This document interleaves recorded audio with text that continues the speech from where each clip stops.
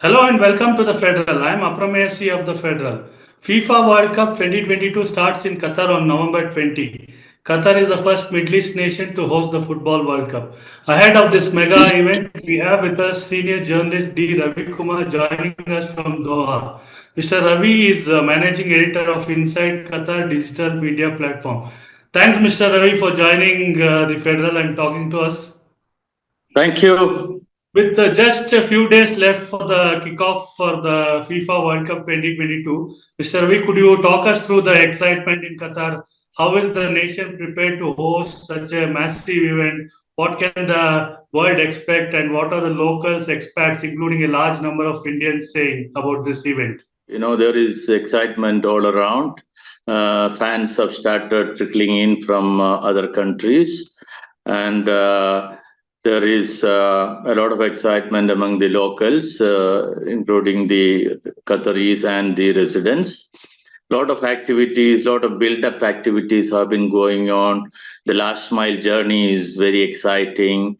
Several test events were conducted, and just to test all the parameters of World Cup, they have conducted many events, not only football events, even music concerts and all, just to do trial on the crowd management. So the city is decked up. You go to the streets everywhere. The flags are there. There are all the iconic landmarks of the country is decorated with World Cup flags and cutouts of the star players. All the skyscrapers have got all digital displays of the images of world's leading footballers. So overall, the excitement level is very high, and it will only go up in the remaining days. Okay. And how do you feel like what can the world expect from Qatar? People are saying that this will be as per the locals, they can expect this to be the best ever FIFA World Cup. Do you agree? Yeah, the organizers have promised an amazing World Cup. Their slogan is to deliver an amazing World Cup. So, you also have been in Qatar for some time. You know how the Qatari organizers, go about conducting or staging events, because they have the resources. I mean, let us be very frank that they have the financial might, and so with that they get the best people to come over here and support them in organizing. So this World Cup, for the first time, it is being conducted jointly by FIFA and the Supreme Committee for Delivery and Legacy, which is the local organizing committee. So they get all the expertise from FIFA, and all the top FIFA personnel have been here for the last few months. So they conduct inspections, they monitor everything. So we expect a very memorable and a fantastic World Cup. And add to that, I would say, this being a winter World Cup. The World Cup is being held in the middle of the European season. Most of the players are in the peak condition. Unlike previous World Cups, it's held at the end of the season, and players from those teams which figure in the Champions League final, they come fully exhausted. But this World Cup is going to be a different experience for football lovers. So the quality of football is going to be different, and we have fantastic facilities, magnificent stadiums with all modern facilities. I think this World Cup is going to be the best for players, for fans, and for the world. It's going to be a great tournament. And going forward, we have numbers like the amount which is going to be spent. That is also being talked about. That this will be the costliest ever World Cup played as far as football is concerned. And what are the expectations? Like how many flights will land per day, or accommodation for fans? How many visitors are expected during this tournament, Mr. Ravi? Yeah, see, look, this tournament, if you look at the total money Qatar has spent, then you can say that it is the most expensive World Cup. But one thing we should understand is that Qatar had to start from the scratch. They have about 7, 8 stadiums local to conduct their local league matches. But to stage a World Cup, they have to build entirely new stadiums. But even then, see the total expense if you take Qatar has spent towards football and football infrastructure, it will be only about 10 billion US dollars. The previous World Cup, I think it was about 7 billion. So it's not a huge jump. But Qatar has overall spent more than 200 billion US dollars to support the World Cup, because they need to upgrade their transport facilities. They have built so many highways. They launched the state-of-the-art metro. They built several new hotels. But all these things, actually, all these extra things which we talk about is originally envisaged in their National Vision 2030. There is a document published by the government of Qatar. They had envisaged certain things which they should achieve by 2030. But since the World Cup has come in 2022, they have fast-tracked most of those projects to align with the World Cup, requirements. So when you add up that project cost, then you may find it's very expensive. But just treat it as a separate, topics.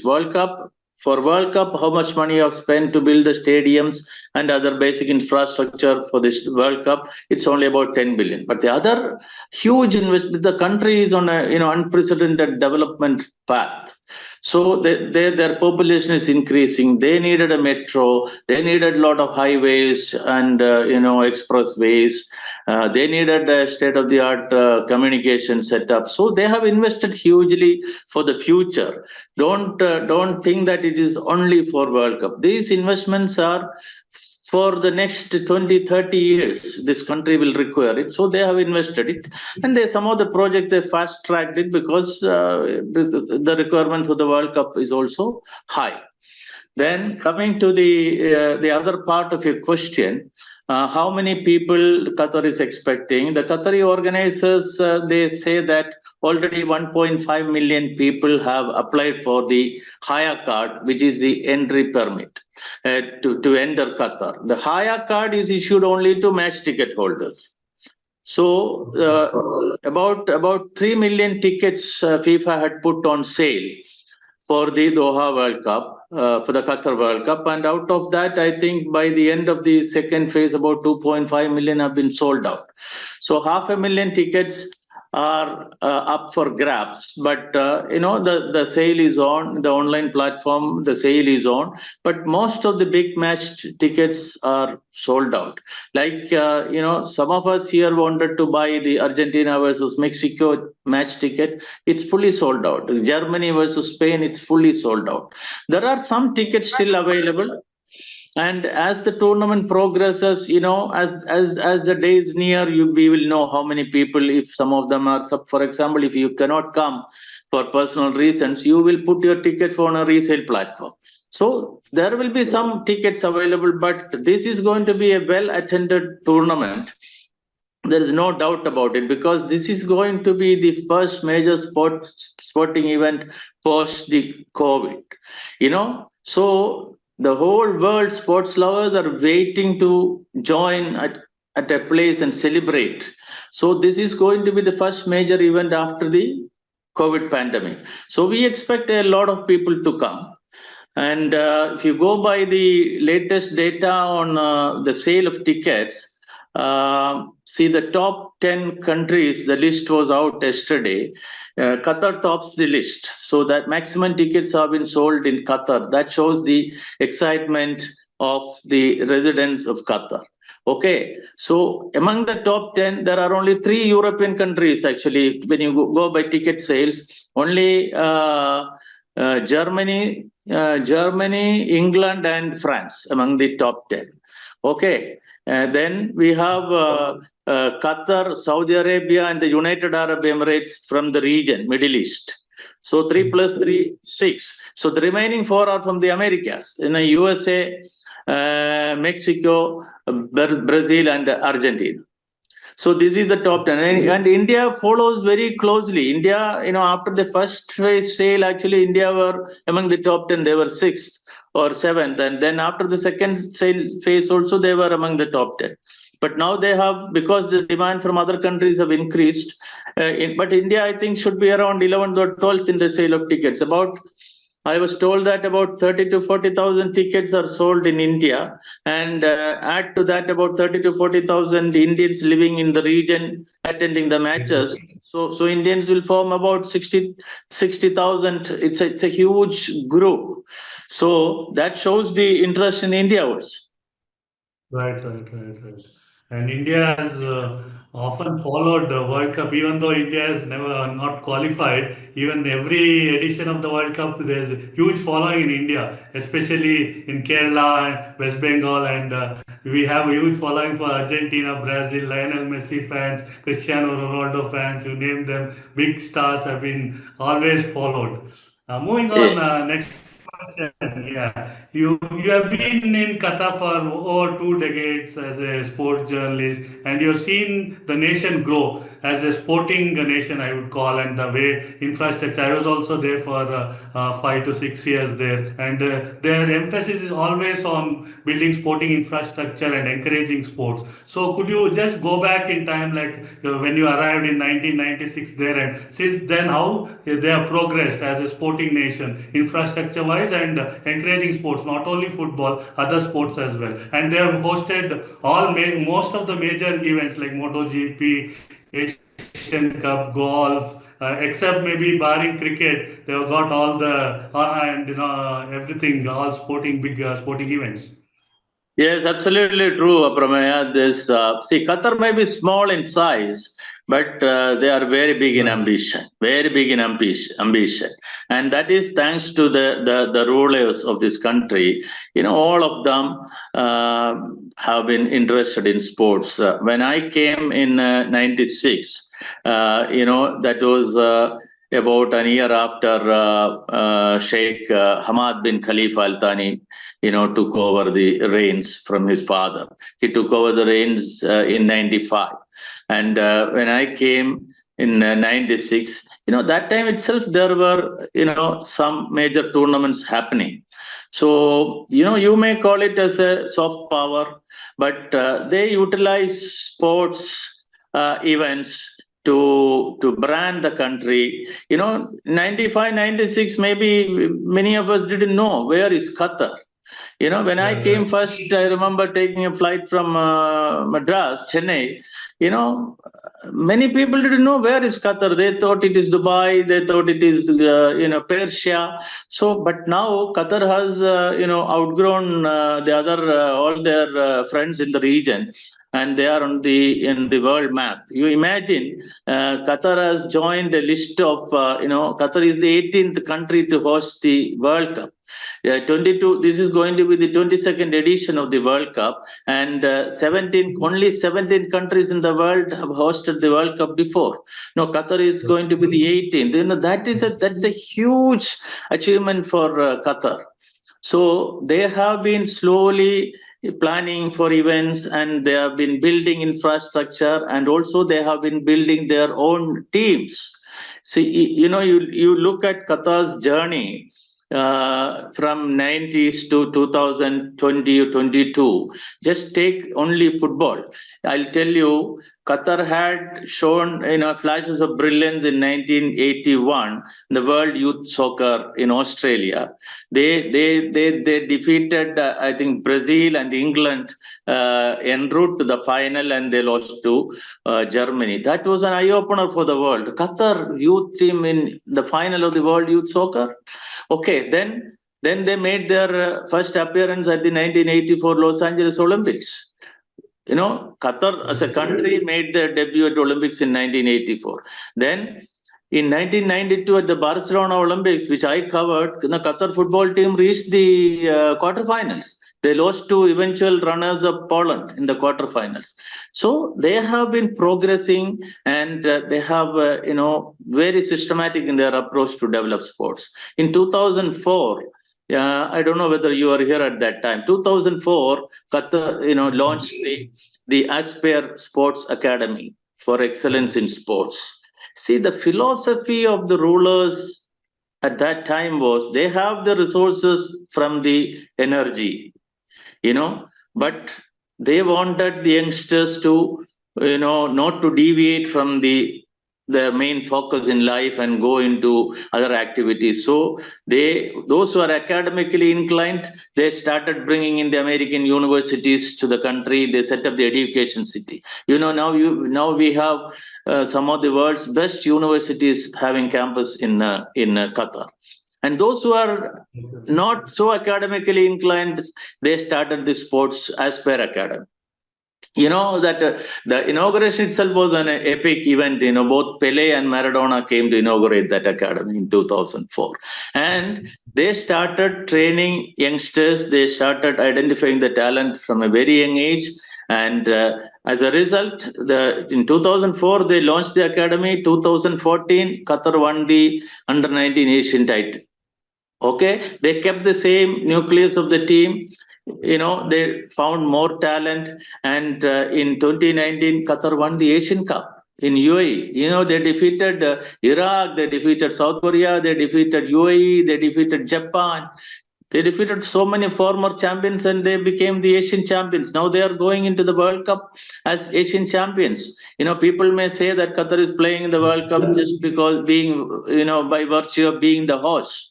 But they have credibility. They are entering the field as Asian champions. So that is one thing in football. Then Qatar has hosted. They have been hosting, ATP Qatar Open, WTA Qatar Open, then European PGA Tour, golf, Qatar Masters, then ITTF Pro Tour, that is for the table tennis, and MotoGP, and now last year onwards they've got Formula One. They're taking a break this year because of the World Cup, but from 2023 for 10 years they have signed the deal with Formula One. You name any sport, Qatar has hosted it. So they have a lot of experience in hosting big events.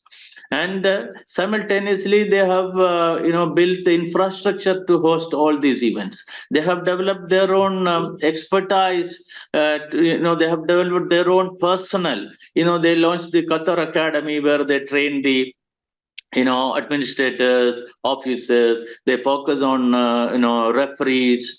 There is referees development programs being held, and they set up a special sports medicine hospital called Aspetar. It is FIFA accredited. It is one of the best sports medicine centers in the world. Many players from Europe come here for rehabilitation and injury treatment. They set up a WADA accredited anti-doping lab.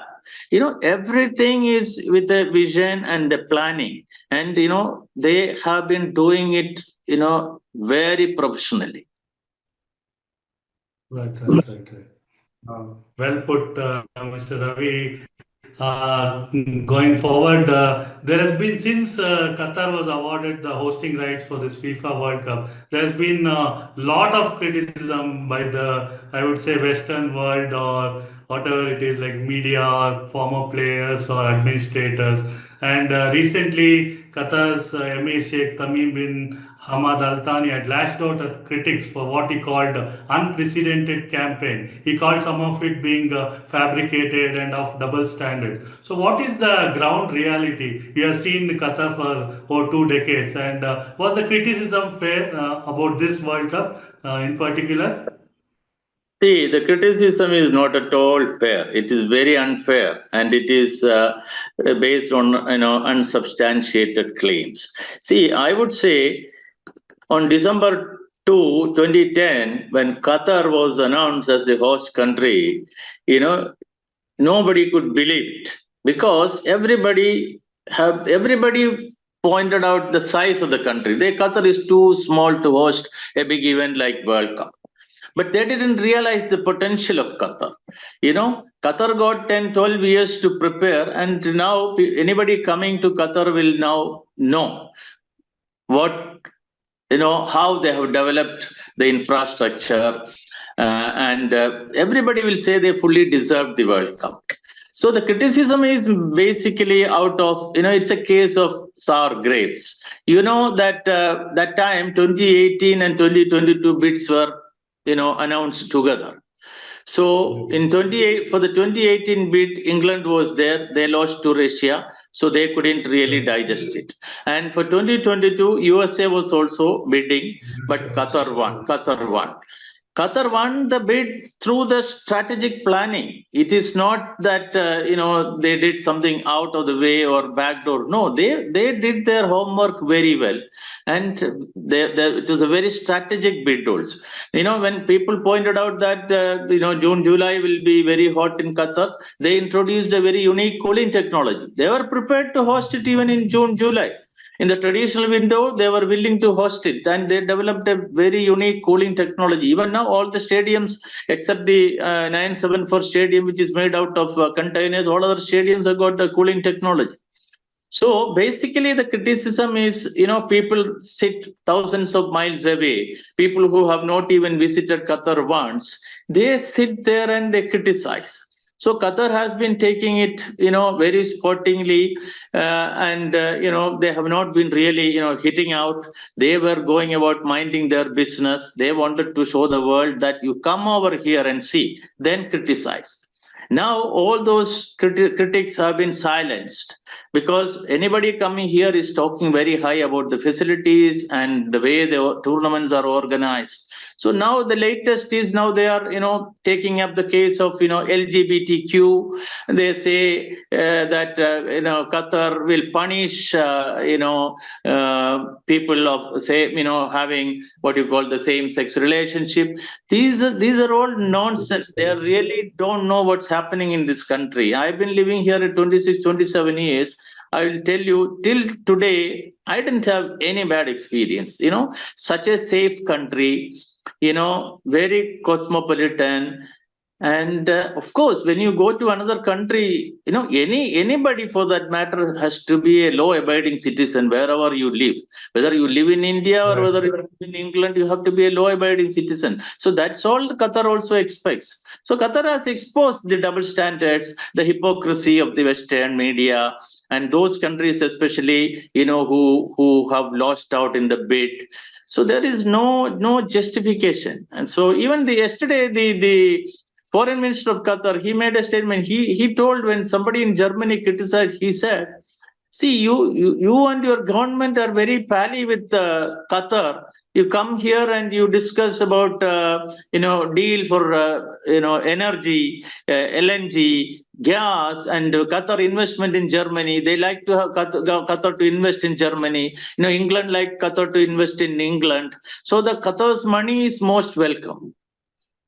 For them, for that, there is they don't have any objection. But Qatar hosting a World Cup, this is more, racist, racist, and I would say it is a question of, ethnicity, and jealousy. An Arab country hosting the World Cup, a Muslim country hosting the World Cup. These are all factors. I think, recently, like our India's own foreign minister, said, Europe has to come out of that mindset, that Europe think that, their problem is the world's problem, but the world's problem is not their.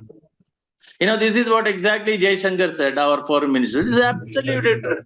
Europeans think that, their problem is to be treated as a world problem by everybody. Everybody should cooperate. Everybody should adjust. Football means it's only Europe. No. Football is played all over the world, and it is a World Cup. Let it go to new territories. Let it go to new lands. Why always in Europe and only in South America? Then how will the game develop? So they want the TV money from the populated countries like India and China, but they don't want the World Cup to come to the region. So as of now, Qatar is one of the few countries in the region who can afford to host the World Cup, single-handedly. And now from next edition, it is going to be 48 teams. I don't think a single country can host it. That is why now America, Mexico, and Canada jointly hosting the next edition. So these criticisms will be there. Criticism is part of life. Every event, anywhere, even back home in India, also we conduct something well. Also there will be criticism. So that is okay. Let them critics, but it should be based on facts. And genuine criticism, healthy criticism will help everybody improve. But just criticism for the sake of criticism is not going to help, and that will not attract much credibility. The Western media has lost its credibility, no doubt about. One final question, Mr. Ravi. You said this is going to be a very massive event and Qatar is going to set the bar high. What next for Qatar? Earlier also they had bid for Olympics. Do you think the next target for Qatar is going to be the Summer Olympics? See, Your Qatar is closing not. thoughts. Qatar is not going to stop with the World Cup. Already, another series of events are lined up. Qatar has just last month won the bid to host the 2023 Asian Cup. Okay, and Qatar has already won the bid to host the 2030 Asian Games. And 2023, we have the World Cup swimming, we have the World Judo Championship. Apart from the annual 50 odd international events which Qatar is conducting, they are bidding for all these things already allotted to Qatar. Definitely, Qatar's primary objective now is to bring Olympics to the Middle East. And Qatar bid twice for 2016 and 2020. That time the bids were not successful. And also there was a lot of noise going around following Qatar's victorious bid for the 2022 World Cup. All these allegations were in the air. So IOC was also a little, circumspect, but I am sure the Qatar sports administrators, Qatar Olympic Committee, headed by Sheikh Johan, they're very keen to bring the Olympics to the region. And now that the IOC has got a new method to find the host country, like how they gave it to Brisbane. The next, I think, 2032 Olympics is for already allotted to Brisbane. 2024 in Paris, 2028 in Los Angeles, 2032 in Brisbane, and I foresee that 2036 could be a possibility in Doha. They will bid definitely. They are trying their best, and they deserve, because I don't think any other country in the world in recent times is spending so much for development of sports. They are spending. See, having money is one thing, but spending it for sports is a different thing. So now Saudi Arabia has also opened up. Saudi Arabia has got more oil resources than Qatar, but they have not been spending so much for sports. But seeing Qatar, making its mark on the world sports stage, now Saudi Arabia is opening up. They also bought a Newcastle team in the English Premier League. They are opening up. They started a women's league. Unbelievable big changes. The winds of change is sweeping across the Arabian Peninsula. Thanks to Qatar's initiative. Thank you, Mr. Ravi. It was nice listening to your thoughts and getting the ground reality from Doha, Qatar, and hope we have a great World Cup so that all the fans who come to Qatar and those who want to enjoy on television and live streaming, they all have a good tournament. Thanks for your views, Mr. Ravi. Thank you, Pramaya. Thank you very much.